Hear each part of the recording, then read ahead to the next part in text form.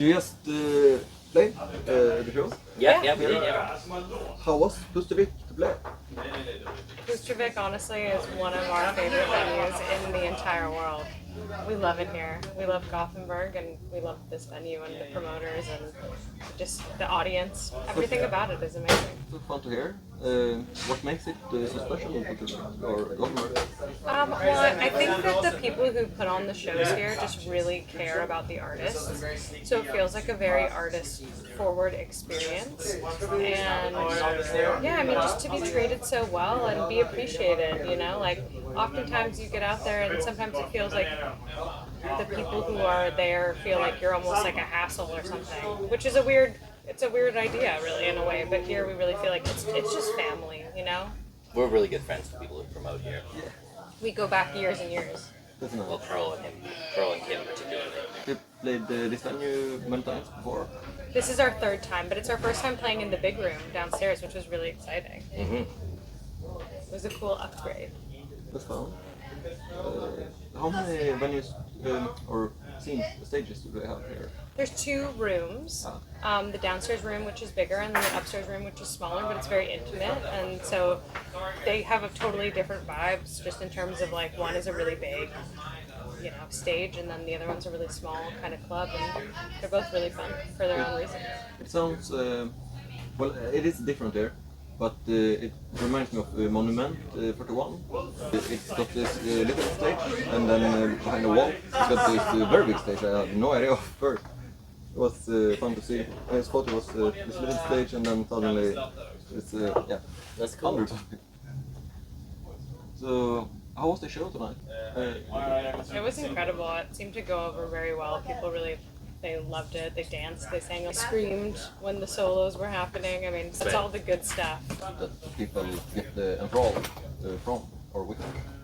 What aspect of the songs? Like you said, people sing along or scream along with the solo. With the solos. Yeah. Yeah, I mean, well, Michael obviously is, you know, ripping these amazing guitar solos and kind of melting faces, and you never know how people are going to take it, you know. It depends on the country and the club and the night, and there's so many different factors that play into it, but They all love him, come on. Well, when it's going well, that's what it feels like. And sometimes people react in different ways. I mean, some audiences really love it, but they don't show it, you know, and they don't articulate it and verbalize it. But it feels really good when you see the people dancing and you see their bodies moving and you hear them singing along. And That was a rowdy crowd tonight. I feel like Pustervik has really given us a good taste of the rowdy side of Sweden. I remember, I think it was here at Pustervik. I mentioned it in the other interview I had today as well, that Ville Valo got into a fight with the audience because they were one guy. Particularly, he was so drunk and stomping on glass. So that was not the best night for the venue, I guess. Well, that has been far from any experience that we've had here. They're very lovely audiences. It was very rare. It was like one guy very much sticking out. And it's like it's not always that kind of rowdiness, but you have a great audience connection. It sounds like, but there's different types of rowdiness, I guess. Yeah, I feel like we bring out a more a calmer kind of rowdiness. Well, actually, we just played a show and we had our first ever stage dive. So I feel But that was still a very harmonious stage dive, though. Lovely, loving stage dive. I'm gonna get one more beer. I'll be right back. But that was really fun. I mean, we just want people to have a good time, and we want to bring them a good experience, and so hopefully everybody's feeling happy and no one's looking for a fight. No. But I don't really think we make music that's like aggressive or gonna bring out the fighting side of people. How Hopefully. would you describe the genre? It's like it's a blend of many things, right? Yeah, I mean, we always say it's very 70s inspired, but you know, it's a little bit country, it's a little bit rock and roll, it's a little bit disco. I think it's very LA, which is my hometown. So yeah, it's kind of all of the above. We like to mix and match and kind of create something new within that. Did you play any new songs here, or I think you had played this one, Step Too Far, other places too, right? Yeah. When was it released? A couple of months now? Yeah, so basically the way that we released this new album is on streaming. We just put out one song every few weeks as a single, but the whole album is available on vinyl or CD or digital download. Okay. But yeah, we didn't actually play that one tonight because we kind of had a shorter set, and so we like to just keep it rocking and keep the people dancing when it's really short like that. Because I know they're here, they're coming from the bigger festival, they just want to dance and party, and we're trying to bring that to them. So what songs would you say fit in this smaller venue compared to if you play a bigger one?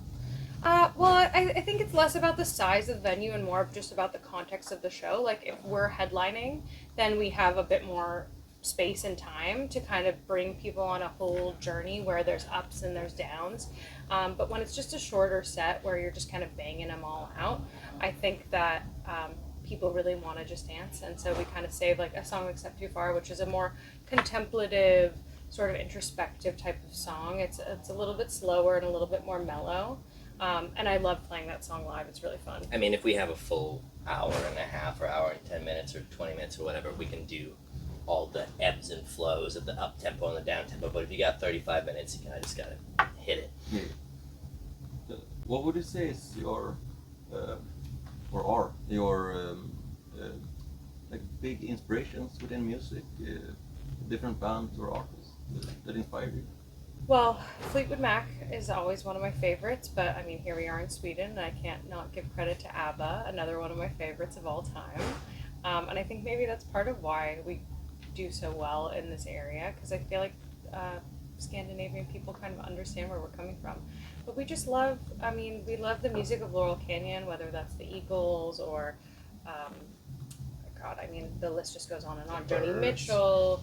Yeah, like there's just so many different artists, and you know, whether it's the Rolling Stones, like all these bands, whether they lived in LA or lived in Laurel Canyon, they spent time Most there. of them lived there at some point. Exactly. So yeah, we'll get home in a few days, and then we'll start a tour of the Southwest of America, playing in Arizona, New Mexico, and then we go to this festival put on by a band called King Gizzard, and that's in Colorado. So. Yeah. Not a lot of downtime between now and then, but. And then back to UK. Back to the UK and back to. I don't think we're coming back to Scandinavia, but we're playing in the Netherlands. We're supporting a guy named Neil Francis, who's amazing. That'll just be the two of us as a duo. In November. How come? Sometimes just strategically, logistically, it makes more sense to strip it down. Like when you're opening for another band, sometimes they don't want to have the hassle of having to get a whole other band on stage and off stage. They probably would have us bring whoever we want, but it's sometimes just easy. We have our own set where we just do stuff, the two of us too, so it just depends on the kind of show. Yeah. So you've been on quite a long tour now, it seems. Yes, today is the very last day. Well, yeah, 2 more days of travel, but then we're back home after 5 weeks. And I can't think of a better place to close it out. Yeah.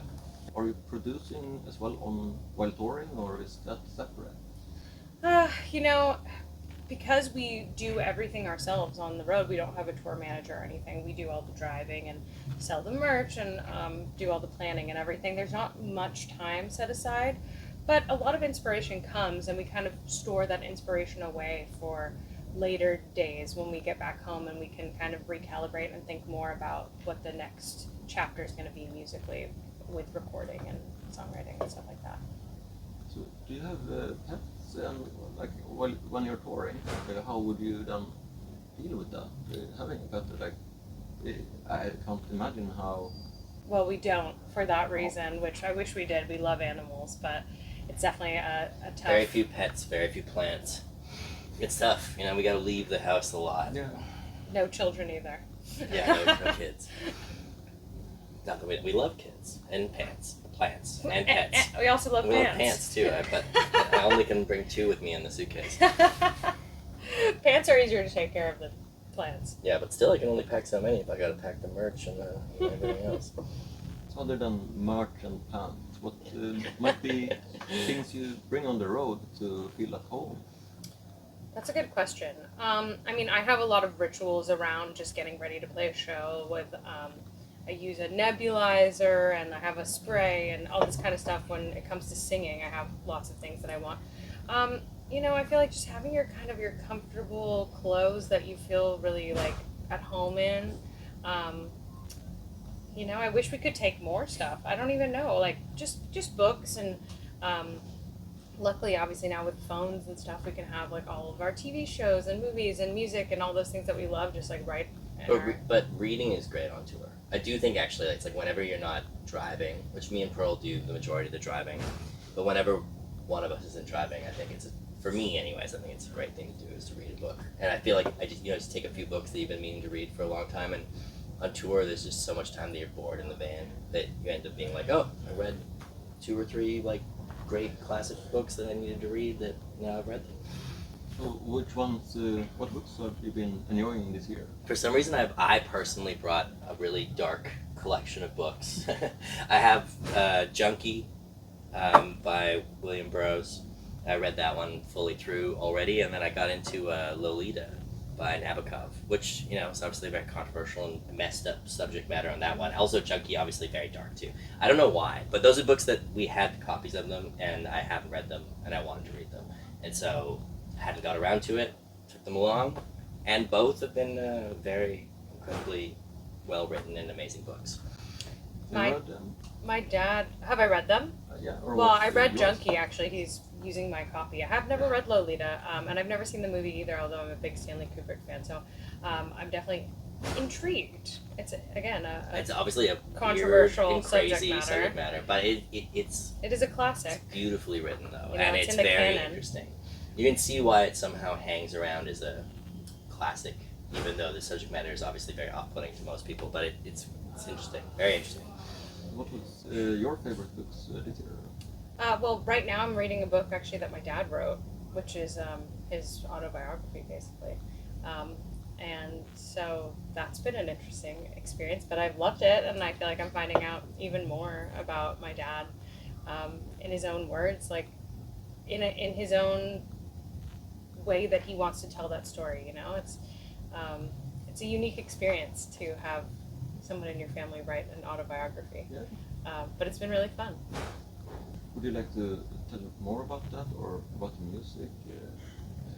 Well, I mean, my dad influenced me musically a lot. He turned me on to so many different artists that I consider to be huge inspirations now. So I'm really grateful to his influence. And the thing I love about the book is my dad is an artist as well. So I feel like I can relate to him and his struggles and his experiences. And I mean, it's really nice to feel like you have someone close to you who has gone through some of the same things you've gone through, trying to just make their way in the world as an artist and be true to yourself. So I love that about it. He's a musician too? No, he's a filmmaker. That's fun. And did you mention what bands he inspired you? Well, he turned me on to, I mean, you know, they're pretty standard. I mean, the Beatles, Bob Dylan, but he really liked Frank Zappa. That's someone who I really associate with him. And my mom loved Leonard Cohen and John Prine, and so just like classic songwriters were really big in my house. But your dad loves weirdo artists like Zappa. Totally. And he actually really likes a band that Michael used to play with called Which. I mean, he's got great taste, so. Yeah, it's fun. Yeah, I feel very lucky. So that is one source of the genre of blending, I assume. Absolutely. I think that learning about all those different things, and that was just so in my head growing up that I never kind of saw them as separate. I kind of always just put all those things together. And I mean, the Beatles are the ultimate example of genre bending, really. They kind of started the idea in a way. Well, yeah, I mean, it's hard to say if they started it, but it's kind of funny, like, you know, George Harrison always said about the band that backed up Bob Dylan, Robbie Robertson, and all of them. He always said that they did the thing that that everyone was trying to do in the British Invasion, which was like amalgamate country, rock and roll, R&B, funk, Like they're trying to like get all that stuff into one thing, and George Harrison was always like, the band is the band that did it. But I think that whole world at that time was just really into like those key things and trying to find some new way to put that all together. Which I guess at the end of the day, most of the bands that we love and our band are bands that are trying to find some interesting combination of those factors still to this day. So it's mixing the amalgamation into your own sound, I guess. Kind of, Exactly. yeah. It's like trying to find something interesting in these like really key sort of, I guess kind of the roots of American music. And a lot of it, it's just kind of trying to find a way to like mix that up in a different way. And not to say that we're not interested and into world music too. I mean, we love, and obviously American music is just an amalgamation of like Irish music, of African music, Middle Eastern. It's just German, it was like oompa bands being played by black people from Africa with African rhythms, it's like you got jazz, and Irish people, like it's the Irish jigs and reels is where you get blues, like the blues form from, but if it's played by black people, it starts to sound like blues. It's like, I know you get German oompa music played by the Hispanic people, it starts to sound like fucking Tex-Mex. So it's just trying to find a way to like mix these, it's just a new mix of really the basic world musics, really. Very fascinating how you describe it. Like, it's American music mainly, you would say. I mean, again, like I brought up ABBA, like, but it kind of all just ends up feeding into each other. And at this point, we live in such a global world, like how can we can go back ABBA's and obviously coming out of America, even though they bring a whole Swedish vibe to it, which obviously we love. Like, and so we're influenced by Sweden in this way of the way that Sweden was influenced by America. that's what it just keeps feeding into itself. But then we're also influenced by, but then it's also like American music is influenced by all these different elements of world music, and then the band that I played in, Which is an American, is an African band. That obviously Africa is such a huge influence on American music.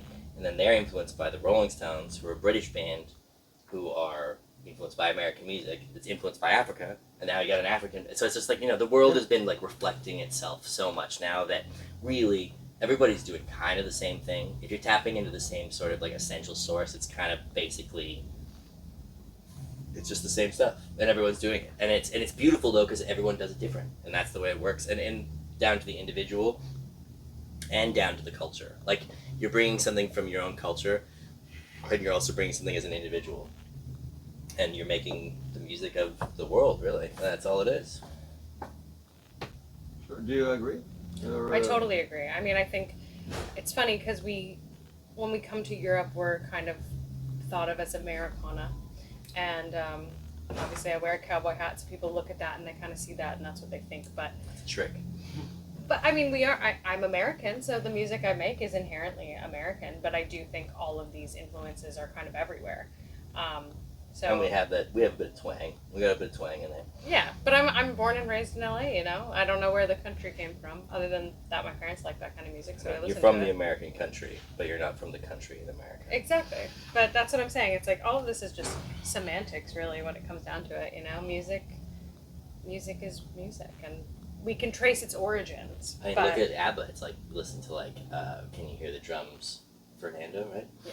It's like this, that's like some Mexican fucking Tex-Mex shit. So that's like, we were just talking about Tex-Mex, then we're talking about Sweden music. We're talking like, this is all the same. It's like they're doing it. It sounds kind of Swedish, but it also kind of sounds kind of Tex-Mex. It's like, that's just the way it is. And that's and how I think you it's a create beautiful something that's unique. And it's a beautiful shared thing. It's like you share the cultures and you play as long as like, obviously like people worry about appropriation and stuff like that.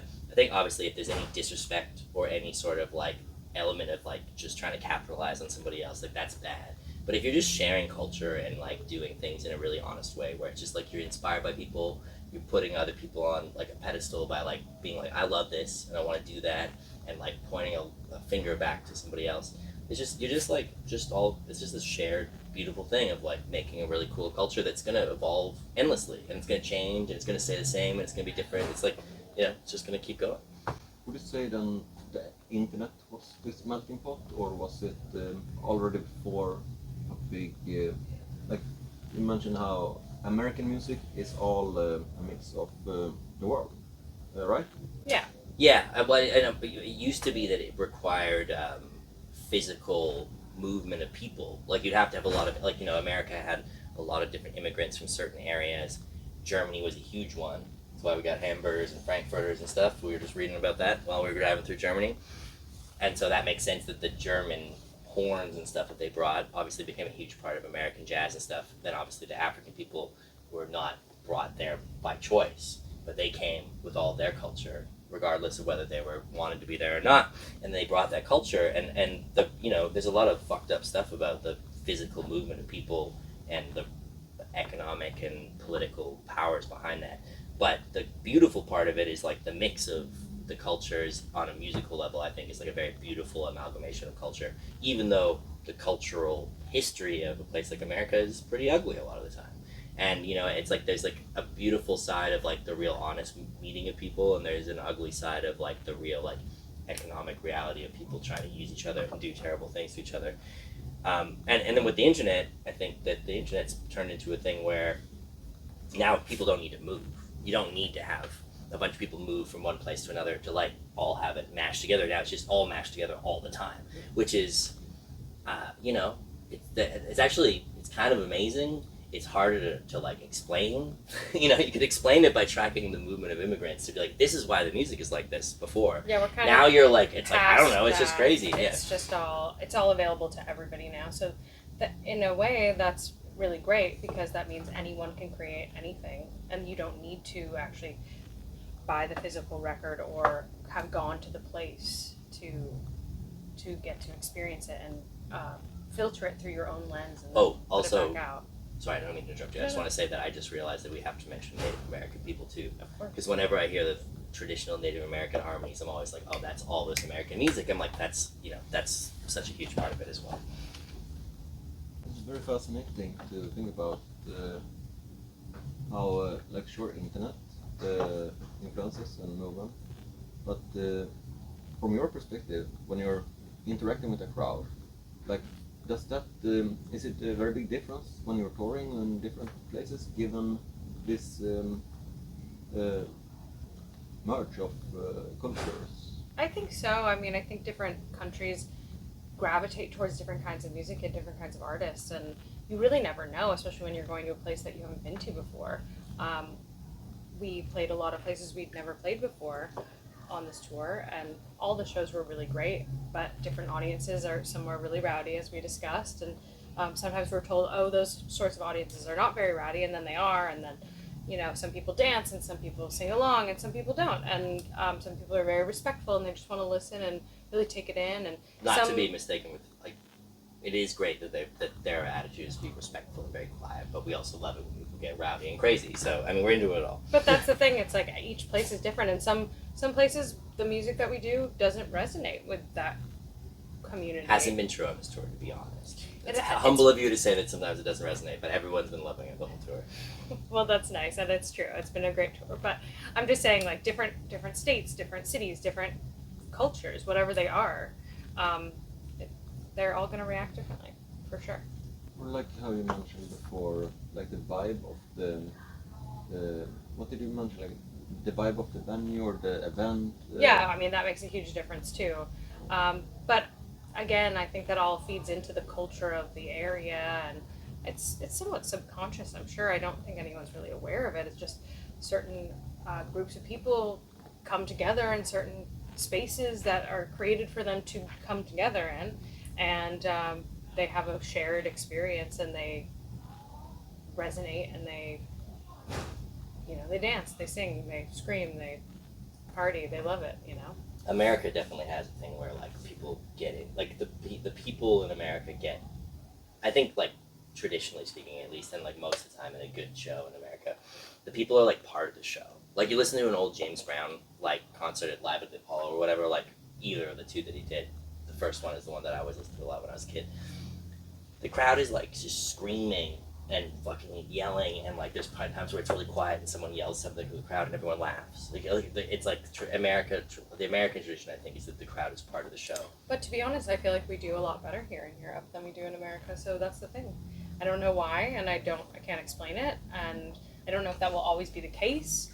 You know, this is just historically how it's been for us, but I feel like for whatever reason, the American music that we're making seems to connect more with European audiences. Who And knows? the European people, I think, are really great for like us because like we have some songs that are kind of like dance and shout and let it all out type songs, and they will get into it. Even in some places that traditionally you hear that they don't usually get into it, and then you'll hear, but then we'll go to a song that's mellow, and it's like it's like quiet. Yeah, and they'll be very respectful and respectful. quiet and listen. And Yeah. sometimes They understand. some crowds how to are react. either rowdy or respectful, and you can't do the quiet songs for the rowdy crowd, and you can't do the You have to read the room. yeah. And when you're in Europe, for us so far, we've kind of got the best of both worlds most of the time. They'll get into it when we're getting really into it, and when we get down and like play a softer song that gets right down to just Pearl playing guitar and singing, they'll listen and like listen to the lyrics and stuff and like be into it. Do you variation in the set list from when you go on stage to like how you read the room, and it might change the set list from that? Or? Yes, definitely. I mean, we have our repertoire of what we know we can play, and then we kind of go in, and we usually have a plan, but if the room feels like it wants more of this or it wants more of that, we'll lean further into one side or the other and kind of just give people the show that we feel like that they want. I mean, I hope that we're reading that correctly, but yeah, it's always a guess game. I mean, usually we write the set list beforehand, being like, it's this type of show. Like tonight, it was 35-minute set, and we knew that people were going to be kind of rowdy. We're like, okay, well, it should be like up tempo. We got to keep it like. And then we argued a little bit about like, well, this song's kind of like down tempo to begin, but then it gets bigger. And I was like, that's good. We should do that because it's a good. But we try to figure out what the right thing is for the room. Sometimes though, we also put songs on the set list and go like, we'll get to that song and see if it seems feels like right. the right time. Because it's like sometimes you're like, oh yeah, they'll definitely like it when we have one song that we do just me and guitar and Pearl on vocal, "Smoke in the Limousine," which on the record is like the basis is just guitar and vocal, but it's string quartet as well and pedal steel. When we do it live, it's just a duo and it's very soft and quiet. And so sometimes if we don't know, we might have it on the set list and be like, we'll get to that point. See if it seems like the crowd would actually be open to like getting into like a quiet moment where because like some crowds you're like, oh, that's gonna be a fucking suicide mission. There's no way this is gonna work. Yeah, that will just kill the vibe. Yeah. It's well, of course depends on the mood. Mm-hmm. Yeah. So that's part of our job, to kind of give the people what they want. I mean, I think some people would push up against that actually and try to rebel and say, I'm going to give you what you don't want, and you're going to have to sit here and listen to it or not, but like I'm going to give it to you. And I started playing with my dad, who's like an old school musician band leader, and he never had set lists. Like it was always just like you never knew what he was going to call. The band kind of knew the songs, and it was just always like, but he would always just be like, after every song, he'd just be reading the room and be like, this, and they'd be like, oh no, now it's a ballad because like now people want to dance with like they want to like get romantic or whatever. That's like almost a lost art of like the old school thing of like this is what the crowd needs and the band's gonna have to follow that and we're following the crowd. We don't. They were quite go probably that doing hard. more covers and probably had a bigger Standards and stuff. Yeah. When you're doing original songs, there's only. You only got so many vibes. Yeah. I mean, I guess you could have more, but. At some point, maybe we'll get to that point. Well, with my dad back in the day, it was always like finish a song and he's already playing the next riff. Like as soon as everyone's like hit the last note, he's already playing something, and he's like saying to everyone like this song, and then you're like getting back into it because he's like this is what the crowd needs. But that's like that's very different than like punk or like art rock or something, which in some ways I'm like maybe more into like nowadays in some ways, even though we don't really do that, but there's some element of like I like being challenging, but it's the old school band leader thing of like this is how you keep the room happy. This is how they're gonna like keep moving and be into it. It's like being a DJ. I kind of similar comparison there, but I thought about DJing in contrast to other music, and it's a lot of sampling other artists, which would in other genres be. Did you mention who was it that you mentioned about borrowing?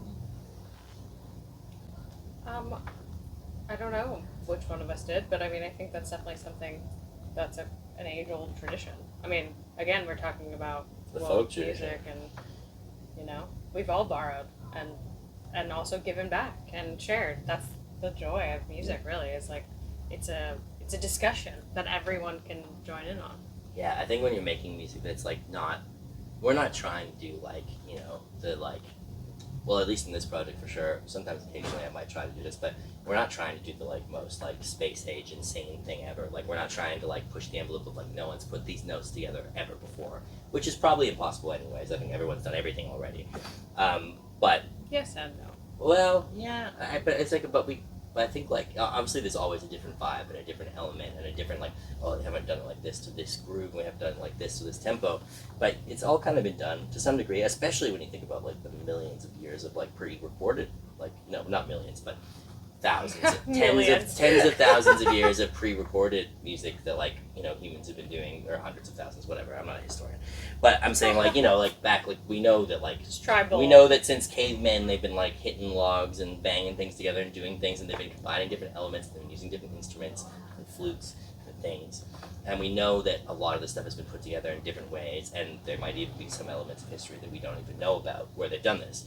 So it's like really like I think it's pretty safe to say that almost everything in some way or another has been done, but there's never an end of ways that you can do it. So it's always kind of like it can be done in a new way that you haven't heard before. But we're not trying to like make like the most far out crazy like futuristic jazz with this project. We're just trying to like make something that works. And so sometimes you end up finding that there's some similarities to some older school stuff, but I think it's more about whether there's an inspiration that like really makes it feel fresh to us. If you're making something and it feels like you've got that like lightning strike of like this makes sense, then you're like, it's great. If it That's feels great. authentic. Yeah. And if it doesn't, then then you probably have a pastiche on your hands. It's a little bit too reminiscent of something else that's maybe a little bit of a ripoff. But when you got something that you really feel like you have like some sort of magic in it, then you do it, and it might be similar to something else. Maybe you're bringing something in some way new that people are like, wow, I haven't heard those elements together. I wouldn't necessarily claim that I've done that ever. I'm not sure. But I would say that there's always like, it's just a matter of whether it feels authentic and right. Yeah, you don't have to break ground. You just have to, work within the medium and make something that feels real and good to you. You just gotta break your brain. You just gotta get to that place where you're like, oh fuck, I never thought about that before. The DJ mixing maybe isn't that different anyway from other genres. Like everyone is borrowing and giving back, so it's just getting your own sound from all the inspirations and making an impact in return. Yeah, totally. I mean, I'm not gonna knock it as it's an a conversation. Like, it's a conversation, and you're part. I mean, we're all I love sampling. I mean, there's great music that's been made from samples. Everything's cool. Whether man. you are sampling something or just being inspired by something and using that to inspire you and influence you, yeah, it's kind of the same thing, really. We're all in a sea of particles, and we're all like part of it, and we're all not part of it. The particles in your body change over time. The particles in this table change over time. Everything is everything is changing, and the river is flowing by you, and at the end of the day, you're just part of it. And I think all the ideas of like you being like special or doing something that's different or like doing something no one's ever done before, that's like a really egotistical thing that I think is kind of just an ego trip. I think at the end of the day, it's like we're all part of the world. Yeah, that really shouldn't be the driving force behind it. Yeah, you just be like, I just want to do something different. It's like, which, I mean, I get that if that's how you feel, but I think that could be cool. It's a cool trip sometimes. Yeah. But I think at the end of the day, you're like, you're just making something that feels good to you, and you hope other people will feel good from it. And sometimes the good comes out of something that's like almost ugly or angry or something, or maybe it comes out of something that's just beautiful and sweet. But it's just, if it feels good to you, then it's good for someone else. Maybe you hope, and we're all just part of the same thing, so we all just share the same energy, and we hope that it's fun. I hope that people have a good time. But how is self-esteem influenced if it goes good or bad? I mean, I think personally, and I don't mean to answer some questions, but I feel like ultimately, personally, you feel good when you make something that just feels good for you, and you just assume that that's going to feel good for other people. It's not like an egotistical thing. And that's usually the case. I mean, I think for me, like on this record, one of the songs that I felt most personal about, it was very hard to release it because I was like, oh no, if people reject this, it will feel like a real rejection of me personally. But ultimately, I found it to be one of the most successful pieces, and I think when you know, I mean, sometimes that falls flat, and you feel really deeply connected to something, and it doesn't pan out. But I feel like sometimes you just know, like, this is really real, and people want real stuff. So if you give it to them, they will. Are you talking about Step Too Far? Yeah. I feel like, and I actually was partially involved in the songwriting, but I didn't really actually write it. I just ended up listening to her and our friend Trevor write it. And I was just coming in and out of, I was watching a hockey game because I'm from Canada, so I like hockey. So I was watching a hockey game because I was like involved in this hockey game, and I was coming in and watching you guys, and I gave some feedback occasionally, but I mostly was just listening to you guys and just being like, that's just great. Like, it's like sometimes you can just tell that it's like, yeah, it might be really personal, or it might be kind of like slightly negative, or it might be like really like things that maybe you think are not enjoyable for other people, but you're like, from my perspective, I'm just like, oh, that slaps. So you do most of the songwriting then, also? It sounds like. Yeah, I mean, I'm the writer on every song, but Michael and I collaborate a lot, and I have some other collaborators as well. So yeah, it's mix and match, you know, just see what sticks. So that, yes, thinking about how, if you're writing without music, and if you're accompanying it with music, like what are the most important, or maybe varies between each instrument, I guess? Like, how do you mix the sound with the text to make it alive, I guess?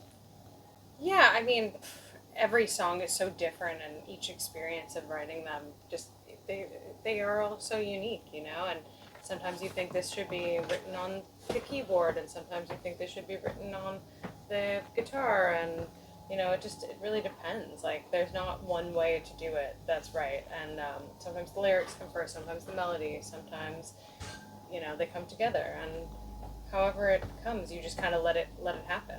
So you hear a melody in the head, or you're thinking a text, or how? All of the above. Yeah. You know, there isn't one way. Every way is valid and good. Or maybe just experimenting with an actual instrument. Yes, that too.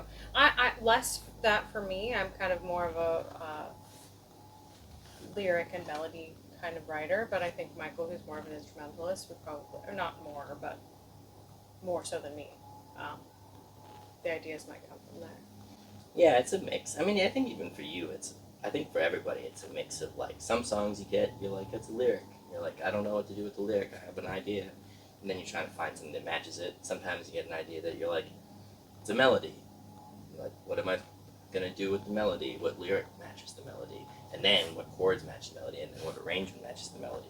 And yeah, when it feels good, it just feels good, Yeah. whatever it is. You know, it tells you what it wants you to do. Really. Or sometimes you get it all together. Sometimes you're sitting playing a piano or a guitar and you're singing a song, a lyric and a melody at the same time with the chords, and you're like, the rhythm that I'm playing this is exactly the way this should be, so even if we build it up, it's going to be built on this. You know, other times it's little bits and pieces that you put together in a different way.